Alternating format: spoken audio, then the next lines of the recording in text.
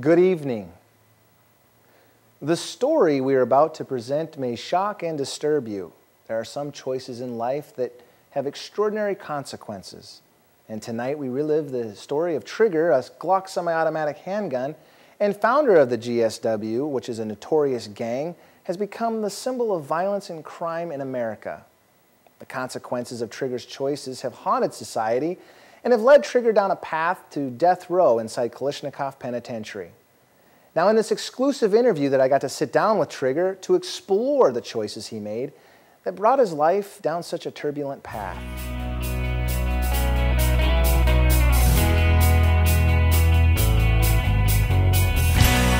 Trigger, America needs to know what went wrong, and where does your story begin? One day while we was at the range, one of my homies dared me to blast off a couple at a rodent. I didn't want to seem soft and those was everywhere, so I figured, what the hell? The first shot was enough, but I couldn't stop. I just went ballistic. I unloaded on that mother, and you know what? It felt good. So then, you like the feeling of killing animals? Yeah, I do. It was a rush, man. Before I know it, my mag was spent and there wasn't left of that cocksucker. It was the first time I felt like I really did, well, that I did something. Trigger, take us back to where you grew up. Well, my earliest memory was Christmas time. Everyone smiling and happy as I think the whole damn family gathered round the table. It was your typical family, nothing too special. I do remember, though, I was always put away dirty, malfunction and misfires happening all the time. So we rolled out to the liquor store. Everything was going according to plan until that bastard clerk went and hit the alarm. And for what? Big mistake on his part. I told that motherfucker not to move, and he did. I had to do what I had to do, so I gave him a double tap, and that was that. 5-0 showed up about 10 minutes later. I was reloading when they rolled up, so I didn't even see him coming. By the time I knew what was going down, all of them other bitches bounced and left me there, motherfuckers. There wasn't shit I could do. After that incident, you spent 2 years in juvenile detention. What impact did that have on your young life? Motherfucker, juvie changed my life. I had plenty of time to think about what went wrong. One day I was talking to this gat that was connected to a carjacking. He talked a lot about loyalty, respect. This gat talked about what it meant to be part of a good crew. That got me thinking about those pussy-ass bitches that ditched me. I only kept that clerk to save my friends, and this is how they repay me? Should have saved my own ass. That's what you have to do. Look out for yourself. Your friends abandoning you meant your crime was in vain. Now, did knowing this give you a new lease on life? The thing is, Tommy, those punks didn't matter anymore. Juvie showed me where the line was drawn. Once you cross it, that's it. All you can do is just keep going. I knew from then on, I wasn't going to trust any pussy-ass bitches. Me and that gat, we was original Glocks, the real OGs. Killing that clerk, that's what gave me the power, the respect. I didn't know it until it happened, but that's what started the GSWs. So you started the gunshot wounds while barely just a compact pistol. Facing release from juvenile detention means you get another chance in life. So what happens next? Well, like I said, man, you keep doing bigger and better.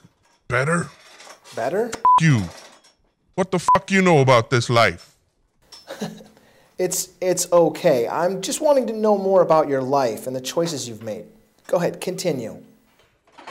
Well, I didn't just have a crew now. I had a family, like I said. Pops never really cleaned me. Mom was always too busy to oil me. GSW was family. Everyone looked out for everyone else. The only way to get ahead was to make shit happen. No one else cared, so fuck them. Learned that at the liquor store. Now, Trigger, after finding the country's toughest gang at such a young age, what did you do when you were back in society? Well, like I said, motherfucker, I had to make shit happen for the sake of the GSWs. I heard about those psychos from Colorado. If the GSWs wanted to be something, we needed that kind of grit. I had to make something happen. My record didn't exactly make it easy to go legit, so I had to improvise. Now, you had to improvise. Well, what exactly does that mean? Coke was all the rage. That's where the money was, so naturally I had to pursue a wise investment. But didn't you see the drug trade and the gang activity as being an unnecessary risk of going back to jail?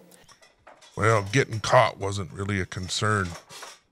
We were selling dope and whatever else came around. Didn't have no time for bitches. Every day was fueled by drugs, and every night washed it all down with 40s, whiskey, and blow.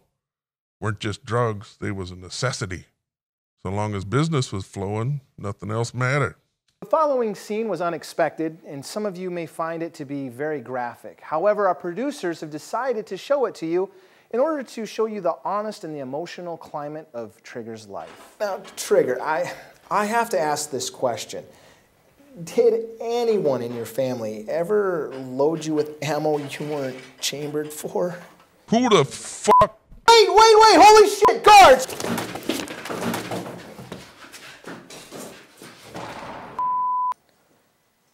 Trigger.